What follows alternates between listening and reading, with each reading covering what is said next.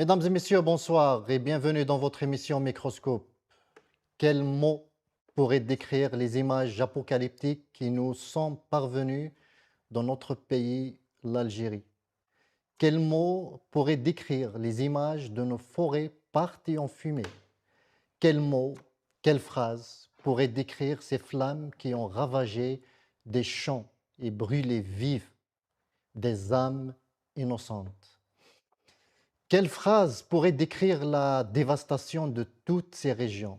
Quelles expressions pourraient traduire le choc de rescapés des flammes, la douleur des familles des victimes et la sidération des habitants de tout un pays, une fois encore endeuillé? Quels mots peut-on encore trouver lorsque les images parlent d'elles-mêmes, lorsque les flammes ont tout emporté et que derrière chaque incendie, il y a des vies, des familles et des destins brisés?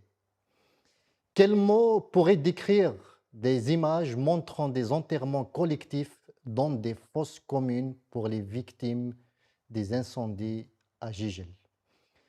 Ce soir, nous allons tenter d'en parler. Nous allons tenter de comprendre ces drames récurrents qui frappent notre pays. À tout de suite.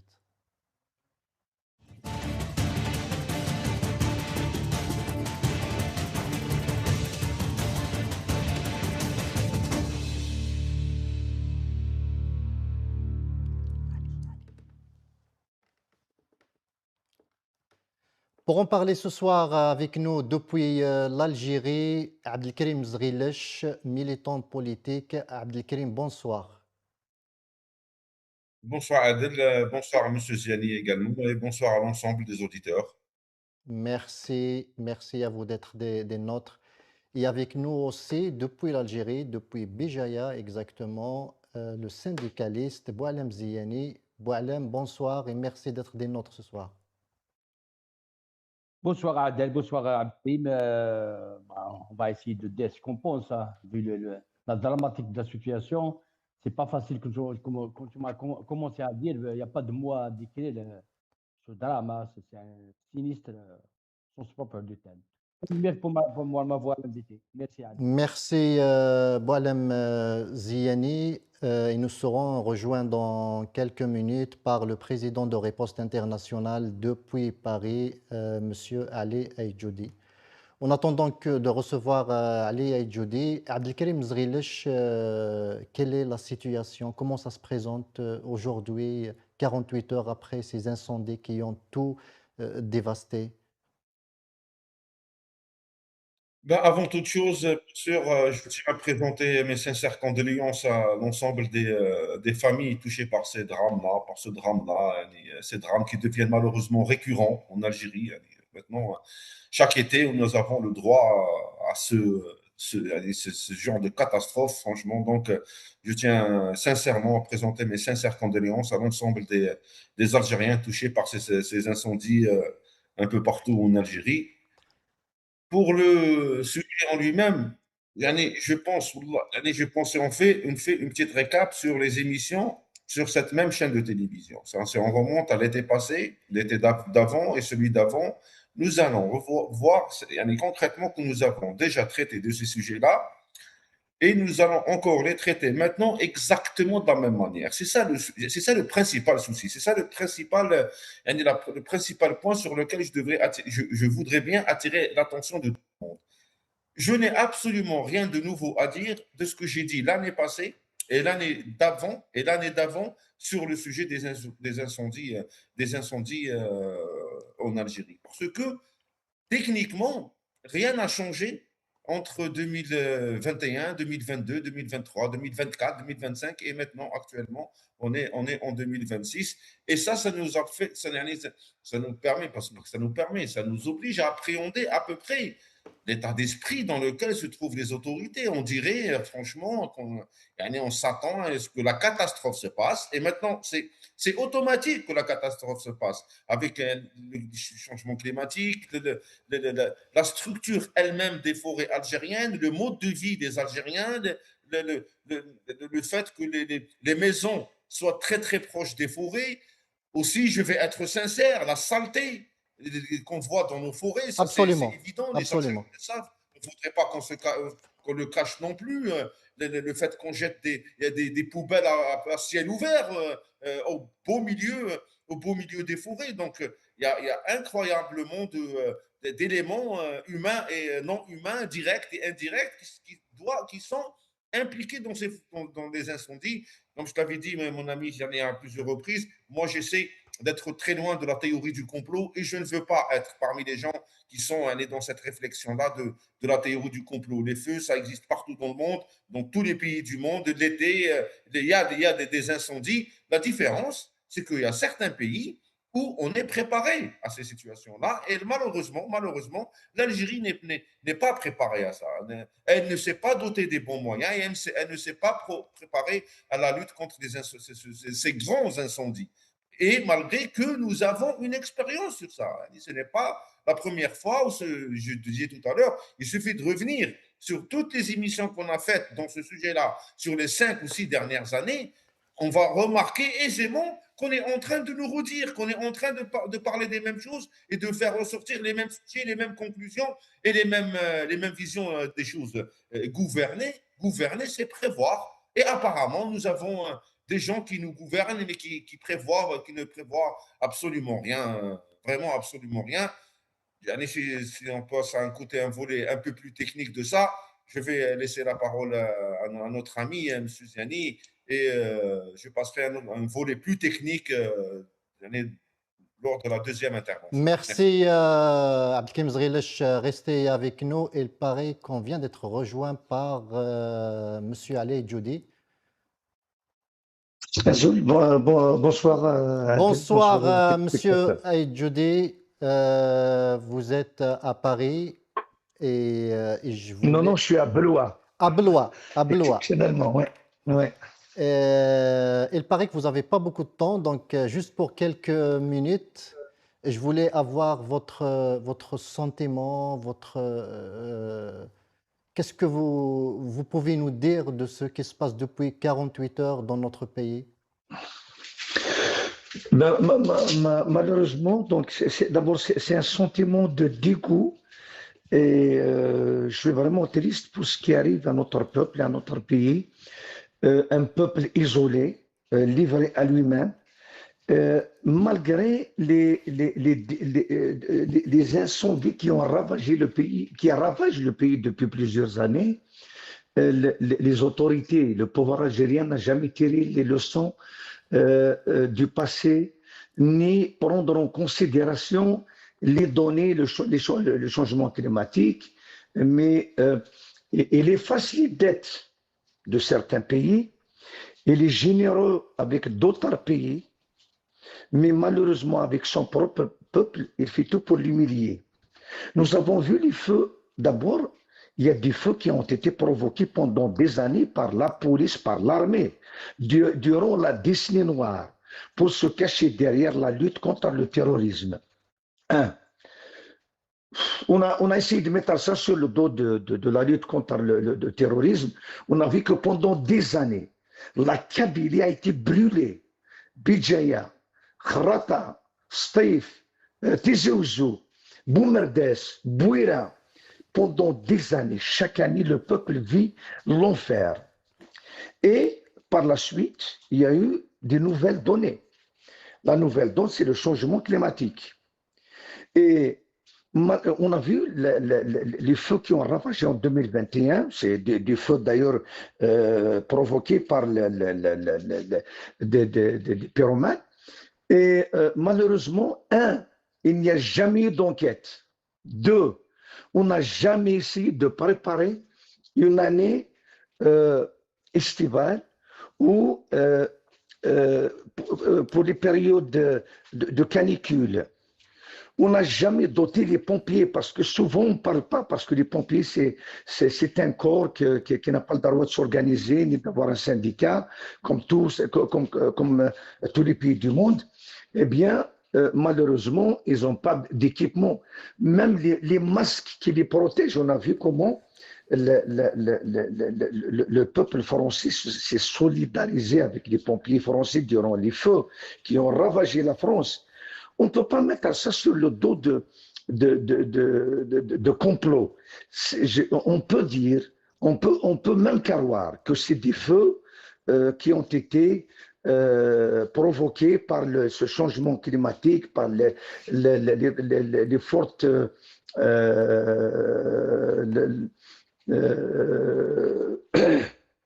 températures. Donc on peut, mais sauf que, est-ce qu'un jour, on a vu notre gouvernement préparer, mobiliser toutes les forces concernées, c'est-à-dire les pompiers, oui. Monsieur Adjoudi, vous avez beaucoup travaillé à Riposte Internationale sur les incendies de Kabylie en 2021, qui ont fait malheureusement plus de 400 morts. Vous me corrigez si je me trompe. Et juste après... À ce jour, ils n'ont jamais donné un chiffre. C'est un camouflage. Ils ont interdit aux autorités locales ou wilayales de donner des chiffres. À ce jour, personne ne connaît le chiffre, le nombre de morts en Kabylie en 2021. Très bien. C'est entre 250 et 400. Oui, Adel, je t'écoute. Très bien. Donc, après cette catastrophe nationale, le président de la République, M. Abdelmajid Tebboune, avait déclaré ceci, justement. L'une des leçons les plus importantes que nous avons tirées est qu'aujourd'hui, nous sommes prêts à toutes les catastrophes. Bien sûr. Le problème, c'est que la chose pour laquelle le peuple algérien ne s'est pas préparé, c'est pour la catastrophe de la prise de pouvoir de Tebboune. C'est la seule, malheureusement. Sinon, ils n'ont jamais pris en considération les vies humaines. En 2021, on nous a empêchés d'envoyer des médicaments, des aides aux sinistrés. Ils nous ont empêchés, interdits. On a fait toute une gymnastique, on a collecté des médicaments, on a essayé d'acheminer. Ben, ce n'était pas du tout facile. Même le consul algérien et l'ambassadeur ont dit que, puisque ça se passe en Kabylie, ils ne sont pas les représentants d'une région. Voilà pour dire qu'ils essayent de camoufler, de détourner les catastrophes, mais il n'y a jamais eu une réunion de bilan. Les états généraux des pompiers, des services sociaux, du ministère de l'Intérieur, c'est-à-dire la police et même l'armée. D'ailleurs, en 2021, il y a eu plus d'une vingtaine de militaires qui ont été brûlés à l'Arwa-Nathiratan.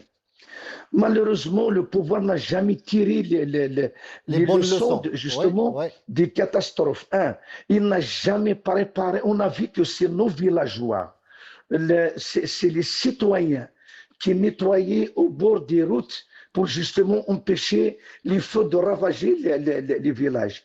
C'est des citoyens, c'est les villageois qui ont essayé de faire passer des ceintures, des routes agricoles pour que les pompiers aient accès pour protéger justement les villages des feux. Malheureusement, ce qui est inquiétant, c'est quand on voit au moment où à Djidjil, à Tizi, à Béjaïa, on enterre nos morts par centaines, le ministre qui accueille dans un climat cérémonial un ministre, c'est du mépris pour ce peuple, c'est-à-dire Zoumaou, Arghf, Mthef. Mais malheureusement, on continue notre vie. Deuxièmement, on a vu comment il y a des chaînes de télévision étrangères qui ont couvert l'événement, mais pas les chaînes algériennes. Elles étaient absentes. Je ne sais pas si elles se sont rattrapées mais elles étaient absentes. On a vu comment Saïd, comment le Premier ministre est allé assister à l'enterrement des centaines de victimes et lui, il s'est couvert dans une tente. Mais c'est quoi ce pays? C'est quoi ce mépris? Il faut que le peuple sache qu'il est livré à lui-même. Tant qu'il se tue, tant qu'il ne réagit pas, eh bien le pouvoir ne fait qu'accentuer l'humiliation, la violence contre ce peuple. Et j'ai bien dit tout à l'heure qu'il a effacé des dettes à d'autres pays, à plusieurs pays africains, nord-africains, malheureusement, il a monté depuis 2021 parce qu'ils n'ont pas acheté de Canadair. C'est vrai que les Canadiens ne sont pas facilement commercialisés parce qu'il y a un seul pays qui a le monopole, c'est le Canada. Et même certains pays européens ont fait des commandes, ont passé des commandes Tout à au fait. Canada pour C'est le avoir cas de des la France. Canadair. Ouais. Oui, bien sûr, mais malheureusement, il y a une durée d'attente. Sauf que la durée d'attente, c'est entre 3 ans et 4 ans. Et nous, les feux de forêt de 2021, ça fait déjà 5 ans. On a entamé la 6e année. Le pouvoir a menti. Il n'a pas acheté de Canadair. Et le comble, c'est qu'une puissance comme la France a demandé l'aide internationale. Et l'Algérie, avec son grand nez, et il n'a pas demandé l'aide internationale. Merci comme beaucoup. si c'était une honte. La honte, c'est pas de demander l'aide. La honte, c'est d'avoir des gouverneurs, des gouvernements, des responsables politiques qui tournent le dos au peuple en faisant croire à l'opinion internationale qu'on maîtrise la situation. Ce pouvoir ne maîtrise rien. Ce pouvoir a livré le peuple algérien à des feux, à la mort, gratuitement. C'est à ce jour, jusqu'au jour d'aujourd'hui, on n'a pas le nombre total de morts. On a vu sur Facebook, sur les réseaux sociaux, un chiffre de 500 morts est donné. Mais le ravage, la catastrophe de Djidjil dépasse de loin ce qu'on a imaginé depuis 3 jours.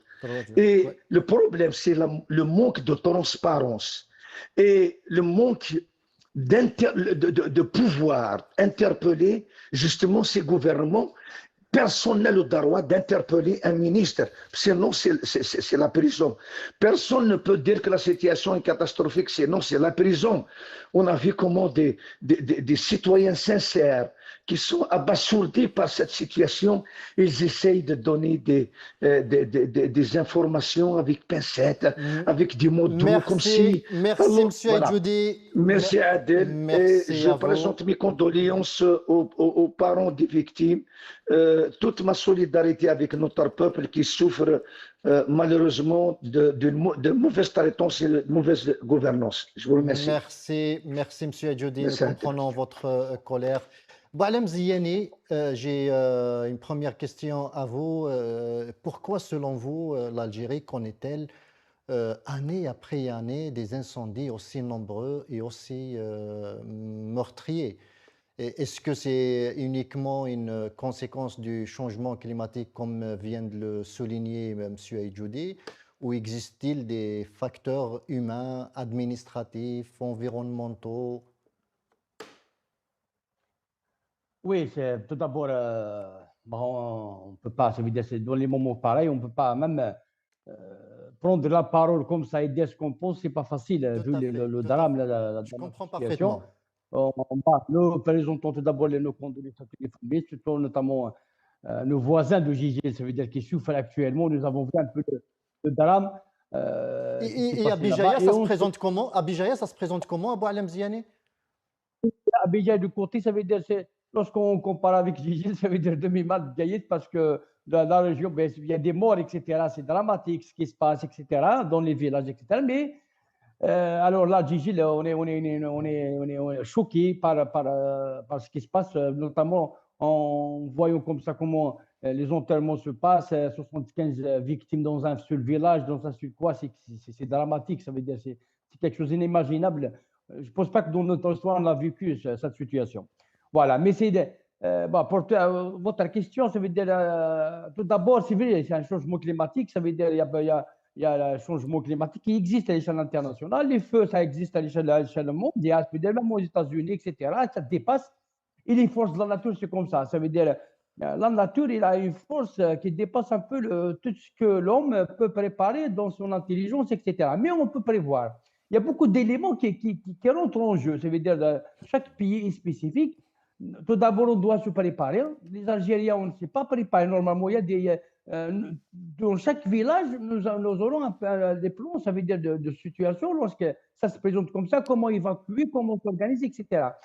Tout d'abord, par rapport à ça, on n'a pas eu ce réflexe des responsables, les responsables. Peut-être ils essayent un peu dans les hôpitaux, on les a essayé un peu dans les écoles, je veux dire, en cas de séisme, qu'est-ce qu'il y a lieu de faire, etc., des campagnes de sensibilisation. Mais à ce point, ça veut dire on doit un peu réfléchir à entraîner les gens à avoir des réflexes pour sauver leur vie tout d'abord, parce que c'est ça le drame, sauver leur vie. Et tout d'abord, il y a des problèmes énormes. Nous avons vu lorsque des villages ont circulé par des forêts, notamment, il faut dégager les routes. Ça veut dire c'est essentiel de dégager les côtés de route pour des situations pareilles. Ça veut dire des situations pareilles, ça a beaucoup de choses à dire. Ça veut dire dans les situations pareilles. Parce que lorsqu'on attend le feu arriver à nos maisons, c'est grave. Il ne faut pas attendre. Il faut que, tout d'abord, on doit s'entraîner les gens à fuir, à avoir des plans de secours. Et le plus grave encore, parce que aussi, ça veut dire, politiquement, ça veut dire, il faut décentraliser un peu. Il faut donner le pouvoir aux APC. Les APC doivent avoir les moyens. Parce que lorsqu'on dit APC, la commune, les villages, etc., c'est la cellule de base. Ça veut dire qu'il faut qu'il y aura des gens formés dans le sens à évacuer, dans le sens à agir vite, d'une manière intelligente, d'une manière lucide. C'est pas en fuyant tout d'abord eux-mêmes, ça veut dire on doit s'organiser il faut avoir tous les trucs. Et le plus grave encore, c'est que on doit repenser notre relation en tant qu'être humain avec la Terre. C'est ça le drame. Le plus drame, c'est que nous avons vu avec notre développement, le mal développement, on a pu fuir nos villages, nos forêts, etc. On n'a pas de relation avec la Terre comme avant nos anciens, etc., qui ont la relation avec la terre, ils essaient de la travailler, de faire en sorte, etc. Et les grandes forêts, il faut qu'on dénonce ça. Ça veut dire, la direction des forêts, un certain temps, il y a les gardes forestiers. Ça veut dire, chaque fois, il y a des gardes forestiers avec des terres qui un certain temps, j'ai discuté avec des amis qui sont dans les forêts, ils n'ont pas de moyens. Ici à Bougie, ça veut dire 2 véhicules, à 3 véhicules, même au niveau central, au niveau de Bijaya, mais dans les communes, etc., dont il y a des forêts, il n'y a pas de gardes forestiers. Donc la protection civile, des agents Boualem Ziani, des agents de la protection civile vous disent qu'on n'a pas les moyens de lutter contre les feux. Voilà, la protection civile, ça veut dire, c'est un autre service. La protection civile, c'est le corps qui est bien aimé par rapport aux Algériens. La protection civile, les Aziz, ils font leur travail avec le manque de moyens qu'il y a. Mais les forêts, ça veut dire, il y a des forêts, notamment à Kfadou, par exemple, dans le côté de Sahel, il y a des grandes forêts là-bas, notamment, à un certain temps dans notre histoire, il y a des gardes forestiers. Ce qu'on appelle des gardes, c'est des gens... Ils existent toujours, et ils existent toujours, les gardes forestiers. On les a vus, même dans cette catastrophe, on les a vus. Mais c'est minime, ça veut dire qu'ils n'ont même pas un véhicule à 2 véhicules. Ils ont à Bijaya, par exemple, ils ont 2 véhicules à 3 véhicules. Ça veut dire normalement, chaque forêt, il doit être gardé par H24. C'est un travail un certain temps. Ce n'est pas des agents permanents, c'est des agents qui recrutent durant l'été. Comme on recrute pour les plages, ça veut dire les plages pour les sauveurs, etc., les nageurs, maintenant on doit recruter dans les forêts. Ça veut dire que des personnes, 3, 4, 5 personnes dans la forêt, ils essaient un peu d'avertir lorsqu'il y a des gens qui se déplacent, font un pique-nique, etc., ils leur interdisent de faire le barbecue, etc. Ça veut dire qui alerte un peu, qui alerte vite avant que ça déborde les situations.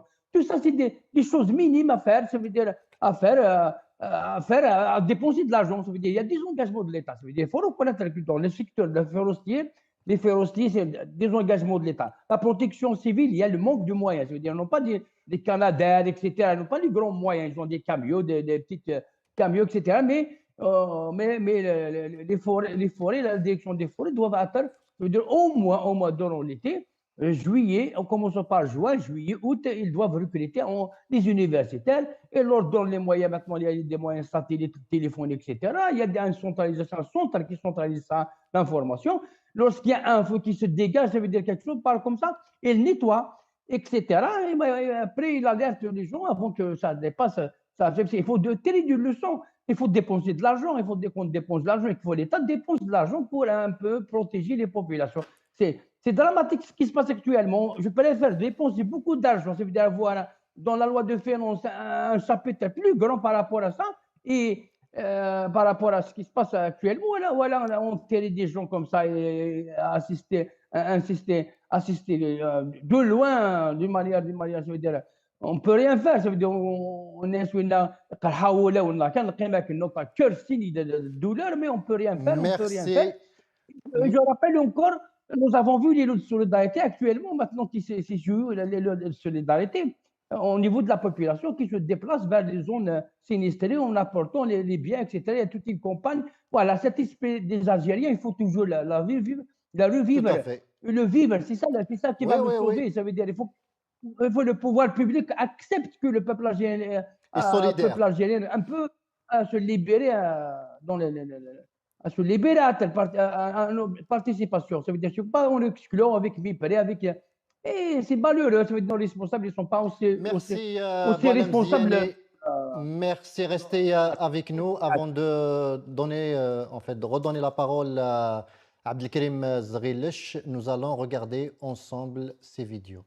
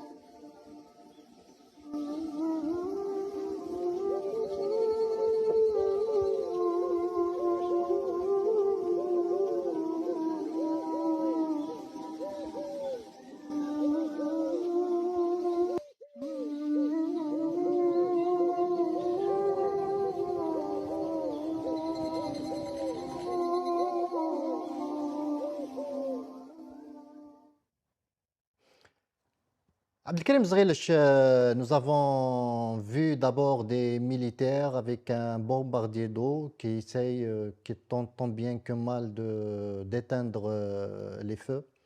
Puis nous avons vu quelques images que vous aurez certainement dû voir sur les réseaux sociaux depuis 48 heures maintenant.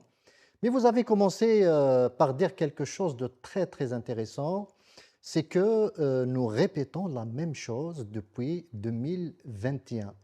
Est-ce que nous avons réellement tiré des leçons depuis les incendies des années précédentes, c'est-à-dire surtout depuis la catastrophe de 2021?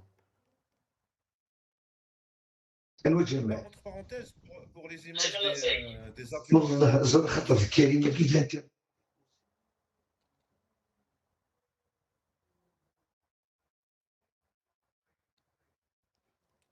Allez-y, monsieur Zghilish. Oui, oui. Je disais pour les images que vous venez de diffuser sur les avions de lutte contre les incendies, je ne sais pas, est-ce que c'est des images d'archives ou c'est des images actuelles? parce que moi, ce que j'avais cru comprendre, le ministre de l'Intérieur, oui, il avait, et du Transport également, avait déclaré hier soir qu'ils n'ont pas pu utiliser ces avions à cause des conditions climatiques, plutôt météorologiques très défavorables. Tout à Franchement, fait. bon, je suis resté un peu sceptique. C'est pour ça que je ne sais pas si ces images, elles sont d'actualité ou d'archives. Personnellement, je suis resté quand même très, je dirais, très mitigé par rapport à cette information-là, parce que quelque part, ces avions sont principalement équipés pour justement être utilisés pendant je dirais, ces périodes difficiles, quels que soient en termes de conditions météorologiques ou en termes de fumée également qui se dégage des incendies. Et pour dire qu'on n'a pas pu utiliser les avions à cause de la météo, à cause de la fumée, franchement, Yannis, ça me laisse abasourdi quelque part. Ces avions-là ont été spécialement conçus, bon, d'après ce qu'on sait, les avions que l'Algérie a acquis, hein, les avions russes, 2, 3 avions que l'Algérie a acquis, mes informations sont bonnes, sont spécialement conçus pour ça. Donc, pour les images en elles-mêmes, je ne sais pas est-ce que ces images sont d'actualité ou d'archives. Par contre, pour les images de la catastrophe, principalement à Gigi, là, entre parenthèses, ça reste quand même catastrophique comme image. C'est navrant de voir ce genre de choses se répéter. Certainement, je ne pense pas qu'on a. Vous savez, techniquement, et en plus, la meilleure chose ce qu'ils sont en train de faire au plus haut sommet de l'État, leur première déclaration, c'est on va chercher qui est le coupable, on va chercher on va ouvrir une enquête pour trouver qui est responsable. On essaie toujours de dégager sa responsabilité et de trouver un responsable quelconque pour ces feux. Et ça, c'est pas la première fois. C'est chaque fois qu'il y a un feu en Algérie, on essaie au lieu de parler des raisons pour lesquelles ces feux n'ont pas été détectés rapidement, n'ont pas été éteints rapidement, n'ont pas été gérés rapidement, on va toujours vers le discours dont on va chercher un coupable. On va ouvrir une enquête pour trouver qui a allumé le feu. On s'en fout à la limite qui a allumé le feu, ça c'est le travail de la police. Nous, on veut savoir quel est le travail des services de protection civile. Voilà de quoi on voudrait parler. On ne cherche pas à savoir quel est le travail de la police ou de la gendarmerie à chercher à trouver des coupables. Vous savez, en Algérie, d'après les chiffres disponibles, bon, les chiffres qu'on a, vous savez, en Algérie, on a un très gros problème de sources d'information des chiffres. On est en train de parler à peu près de 50 000 pompiers en Algérie. Cela fait, par rapport à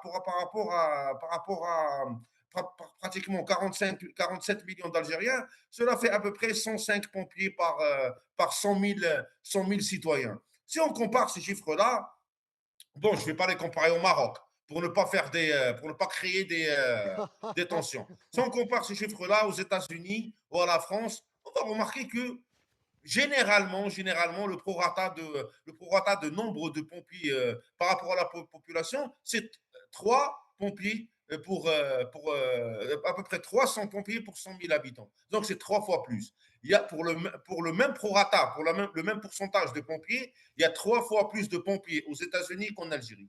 Il y a 3 fois plus de pompiers en France qu'en Algérie. Et si on compare en parallèle par rapport à l'Espagne ou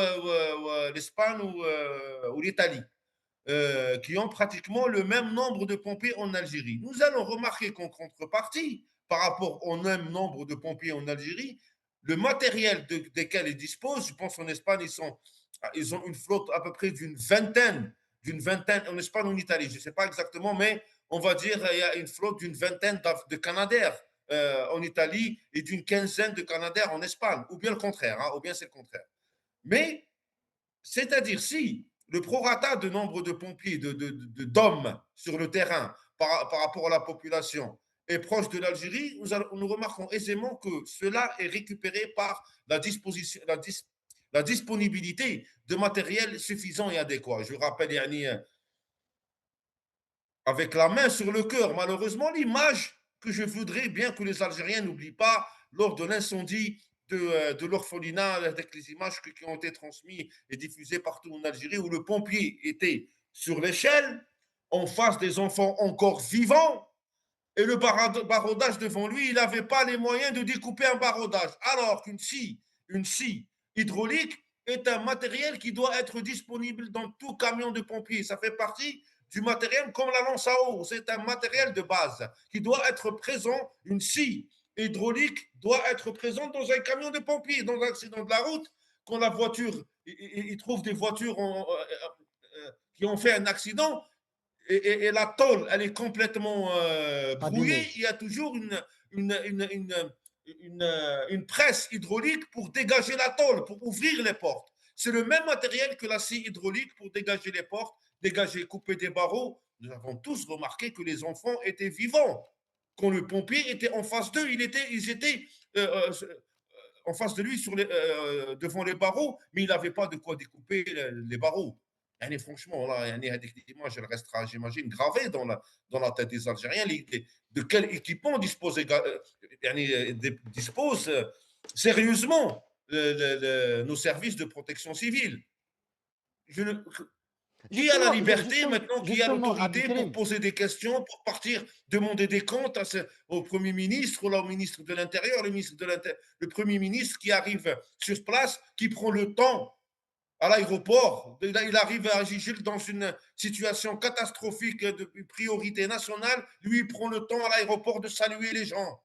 Tu es là pour régler un souci, dépêche-toi. C'est un ensemble d'éléments.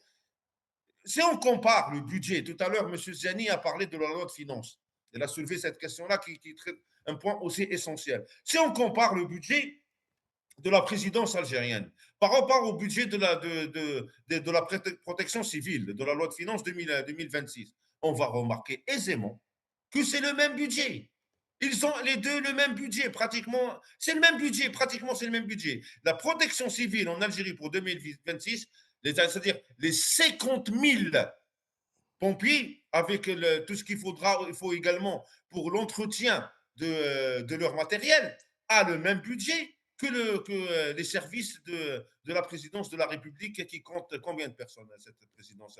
Combien de personnes travaillent à la présidence de la République?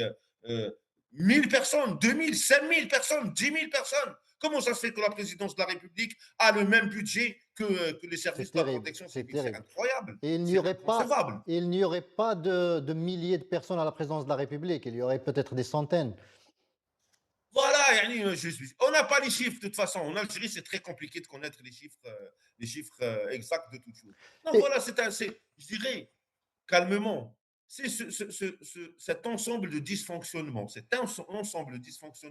qui nous ramène à dire et à redire que gouverner, c'est prévoir, et nous avons un gouvernement qui ne prévoit pas. Nous avons des gouvernants qui agissent toujours dans l'urgence, qui agissent toujours après que la catastrophe se présente.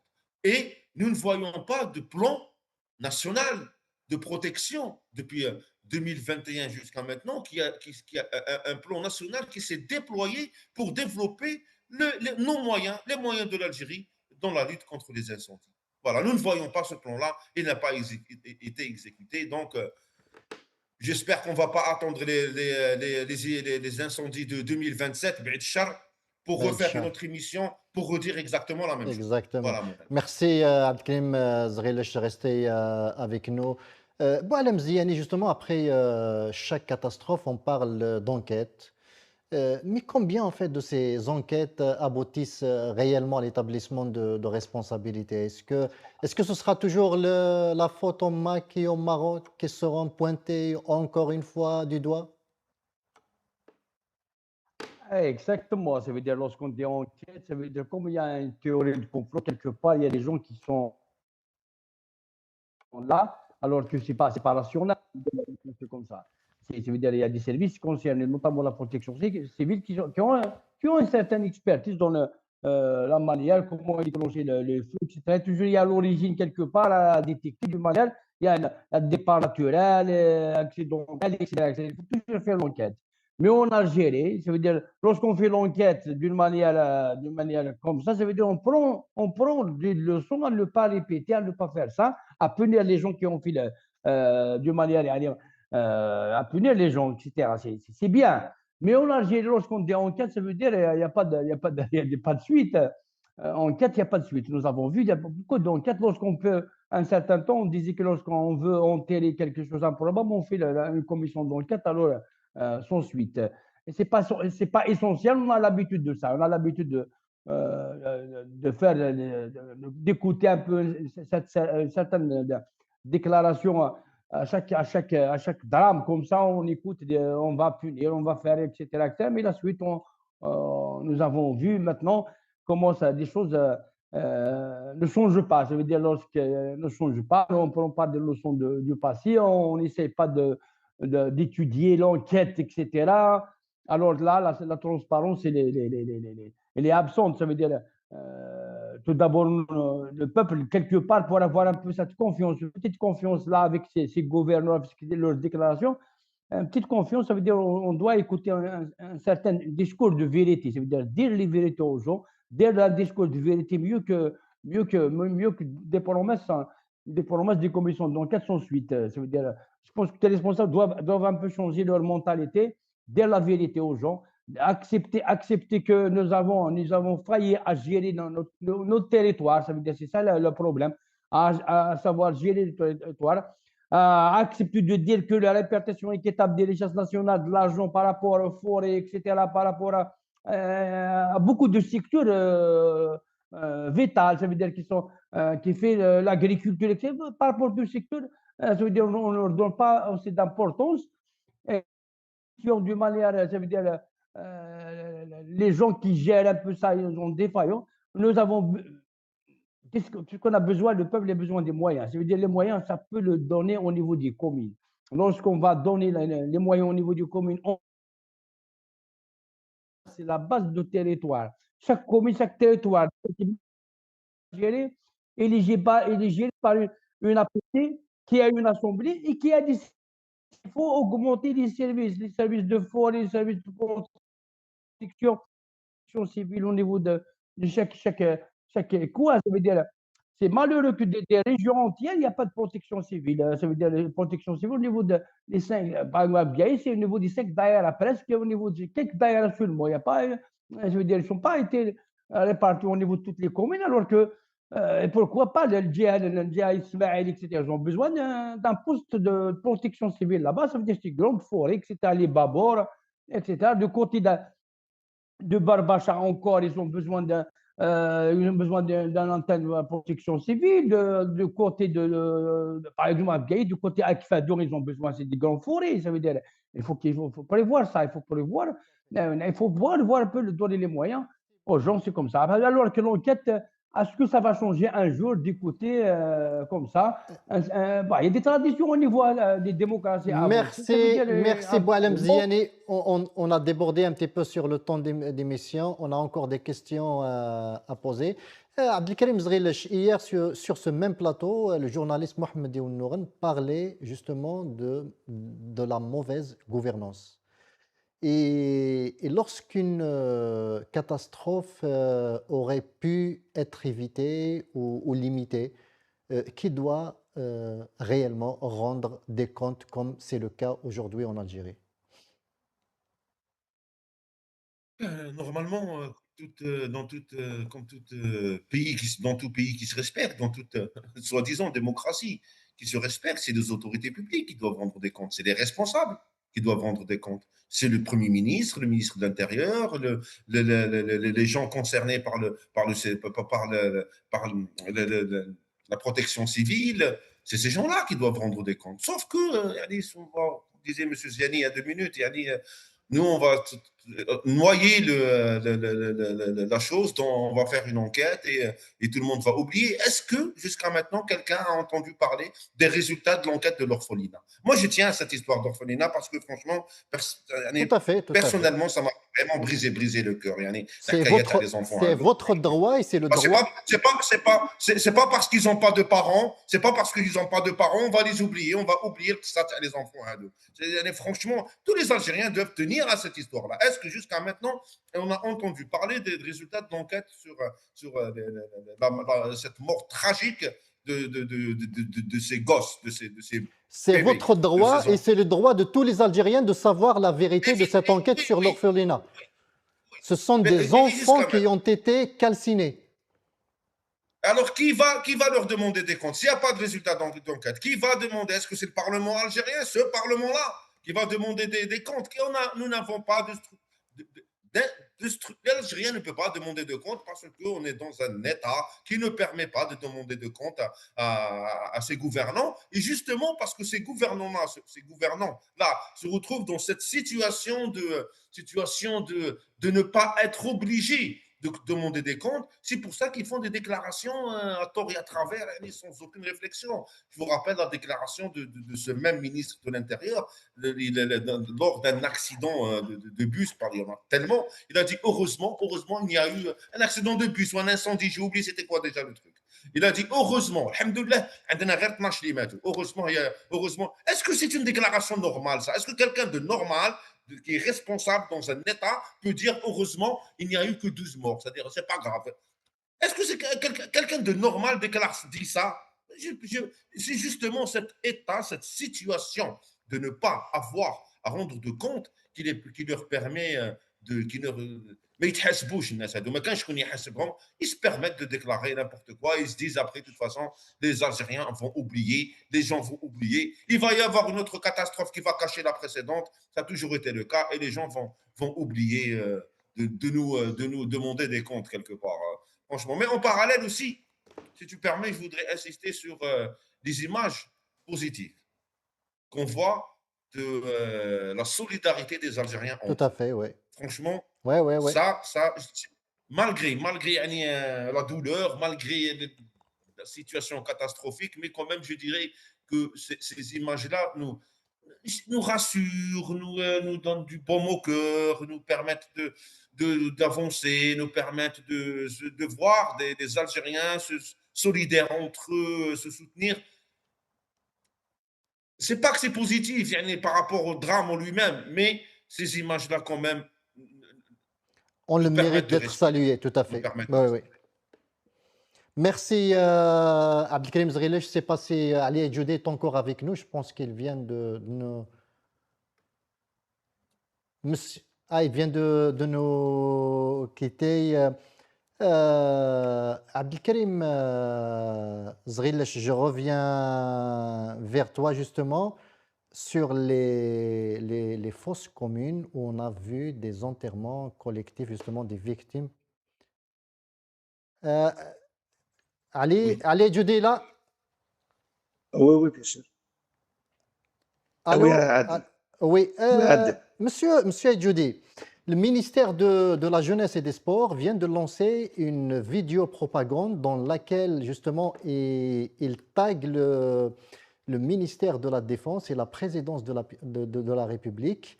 Cette vidéo de quelques secondes, il dit Nahi yadak ala bladna. Levez votre main sur notre pays. C'est-à-dire il y a déjà un bouc émissaire qui a été Oui. désigné. Quelle est votre lecture? Tout d'abord, moi, je ne crois pas au hasard. Ces feux ne peuvent pas être le fait du hasard ni du réchauffement climatique. Parce que tout d'un coup, plus de 40 départs de feu dans un périmètre bien limité, donc je ne crois pas au fait du hasard. Donc, il y a quelque chose derrière. Mais le problème, c'est que la lutte des clans, même si je ne crois pas trop aux clans, parce que il y a un seul clan qui a hypothéqué l'avenir de l'Algérie, c'est le clan militaire, le pouvoir actuel, le clan de Oujda. Mais il faut dire la réalité que il y a une volonté de nuire, d'abord nuire au peuple, de provoquer quelque chose, mais ça se fait malheureusement sur le dos du peuple. Parce que 40 départs de feu depuis 2 jours, aucune réaction officielle en dehors, quand même, ils ont décrété 3 jours de deuil. Mais ce n'est pas ce qui va régler le problème. Le problème, c'est d'abord, il faut réfléchir, il faut agir, comment limiter les dégâts. Un. Deuxièmement, comment empêcher à l'avenir ce type de catastrophe, c'est-à-dire au moins réduire l'intensité, c'est-à-dire de ces catastrophes, anticiper. D'abord, c'est d'équiper avec des équipements sérieux, adéquats, les forces, le corps des pompiers, parce que c'est eux qui affrontent ces feux, c'est pas Saïoud ni Tebboune. Deuxièmement, est-ce qu'il y a eu des états généraux, des instances qui affrontent le feu, c'est-à-dire, j'ai dit tout à l'heure, les pompiers, le ministère de l'Intérieur, c'est-à-dire les wali, les chefs de daïra, mais aussi les responsables des villages, les représentants des villages, pour voir comment anticiper. Tant rien n'a été fait, tant que les pompiers ils affrontent la mort, parce que en essayant d'éteindre ces feux, ils affrontent la mort. Beaucoup de pompiers ont perdu la vie. Beaucoup de pompiers ont eu, c'est-à-dire, ils sont devenus malades parce qu'il n'y a pas d'équipement, il n'y a pas de moyens. Ils affrontent avec le strict minimum. Pas Et seulement les pompiers, même des militaires, même des soldats de l'ANP. Oui, bien sûr, c'est pour ça que j'ai dit il fallait des états généraux pour voir comment affronter la nouvelle donne. La nouvelle donne des rendements de compte du pouvoir, mais aussi la nouvelle donne du réchauffement climatique. Il est où Hamlaoui? Il est où Hamlaoui, la présidente du Carrousel Rouge, qui fait des dons à d'autres pays? Il est où le Carrousel Rouge? Donc, le Carrousel Rouge chez nous, c'est Maïda Ramadan. C'est donner des repas, offrir des repas aux gens durant les 30 jours. Mais en dehors de ça, ils font quoi? Je sais que dans certaines régions, ils sont mobilisés parce que ça fait partie de leur structure sociale. Mais dans d'autres régions, ils n'existent pas. Il n'y a pas de carrosson rouge. On donne la gestion de milliards. Ils ont des moyens. Mais au lieu de s'occuper du malheur du peuple, ils s'occupent du lutte de clans qui va faire tomber qui. Voilà. En tout cas, le pouvoir est coupable pour non-assistance à un peuple en danger. Le pouvoir merci d'aller. Merci, Monsieur Aïdjoudi. Nous arrivons à la fin de cette émission, chers téléspectateurs, chères téléspectatrices. Merci de nous avoir suivis. Merci Abdelkrim Zrilesh. Merci Boualem Ziani. Je vous donne rendez-vous, comme d'habitude, le lundi prochain à la même heure, c'est-à-dire à 21h de France et à 20h d'Algérie. Merci encore.